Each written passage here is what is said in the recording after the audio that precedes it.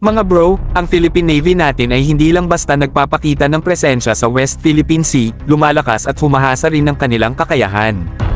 Ang BRP Jose Rizal, FF-150, BRP Ramon Alcaraz, PS-16, at BRP Tarlac, LD-601, ay nagsagawa ng unilateral exercises sa WPS, isang malinaw na mensahe na handa tayong ipaglaban ang ating teritoryo, kahit walang kasamang ibang bansa sa drill na ito. Pero bakit big deal ito, mga bro?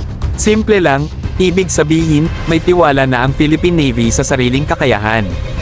Kung noon ay madalas lang tayong sumali sa joint exercises, ngayon, kayang-kaya na natin ang independent drills para sa mas epektibong maritime operations. Ito ang klase ng mindset na kailangan natin, self-reliance habang pinapalakas ang ating depensa. Ang tanong, ano ang kahulugan nito sa sigalot sa WPS? Una, itinatama nito ang narrative na mahina ang Philippine Navy.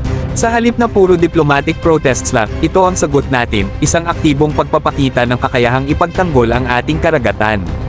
Kahit walang warships ng ibang bansa sa tabi natin, nandito ang ating guided missile frigate, offshore patrol vessel, at landing dock ship na handang lumaban kung kinakailangan.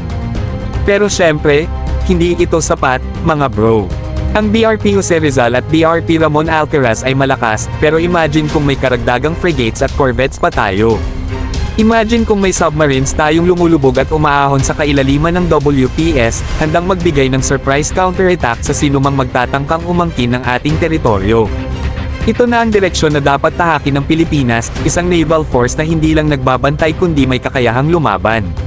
Mga bro, di na tayo basta spectator sa laro ng malalakas, lumalaban na tayo.